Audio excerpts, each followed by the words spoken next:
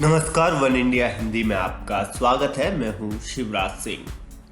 संकट का साथ ही भारत कोरोना काल में भी अपने पड़ोसी देशों की मदद करने से पीछे नहीं हट रहा है। आज से भारत सरकार ने भूटान, मालदीव, बांग्लादेश, नेपाल, म्यांमार और सेशल्स को अनुदान सहायता के तहत यानी गिफ्ट के तौर पर कोरोना वैक्सीन की आपूर्ति शुरू कर दी है।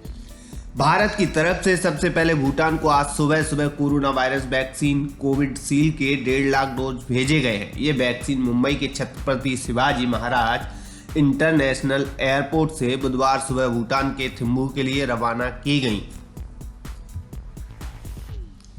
बता दें कि वैक्सीन बनाए जाने की शुरुआत में ही अमेरिका, ब्रिटेन जैसे विकसित देशों ने खूब सारी वैक्सीन की डोज अपने लिए मंगवा ली थी। वहीं भारत ने अपने पड़ोसी देश को भी अपने साथ साथ कोरोना वैक्सीन की सप्लाई शुरू कर दी है। यहाँ एक बात ध्यान देने वाली ये है कि भारत में अभी वैक्सीनेशन अपने शुरुआती दौर में है, लेकिन फिर भी भारत ने अपने पड़ोसी देश की मदद करने का बड़ा कदम उठाया है। सूत्रों के मुताबिक आज ये सारी डोज थिम्पू पहुंच जाएंगी।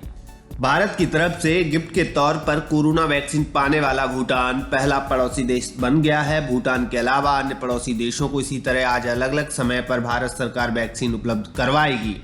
विदेश मंत्रालय ने बताया कि भारत सरकार को पड़ोसी और प्रमुख भागीदार देशों से भारत निर्मित टीकों की आपूर्ति के लिए कई अनुरोध प्राप्त हुए हैं। इन अनुरोधों के जवाब में आपूर्ति सुनिश्चित करने का फैसला किया गया है। विदेश मंत्रालय ने कहा कि श्रीलंका, अफगानिस्तान, मॉरिशस के संबंध में आवश्यक नियामक मंजूरी की प्रतीक्षा है। गौरतलब है कि भारत और भूटान के बीच खास रिश्ते को ध्यान में रखते हुए भारत ने कोरोना काल में भी हर जरूरी सामान की सप्लाई को सुनिश्चित किया था। भारत ने अभी तक जरूरी दवाइयां, मेडिकल चीजें, paracetamol, hydroxychloroquine, PP kit, N95 mask, x ray मशीनें और टेस्ट किट, इन सामानों की कीमत करीब 2.8 करोड़ रुपए के लगभग है।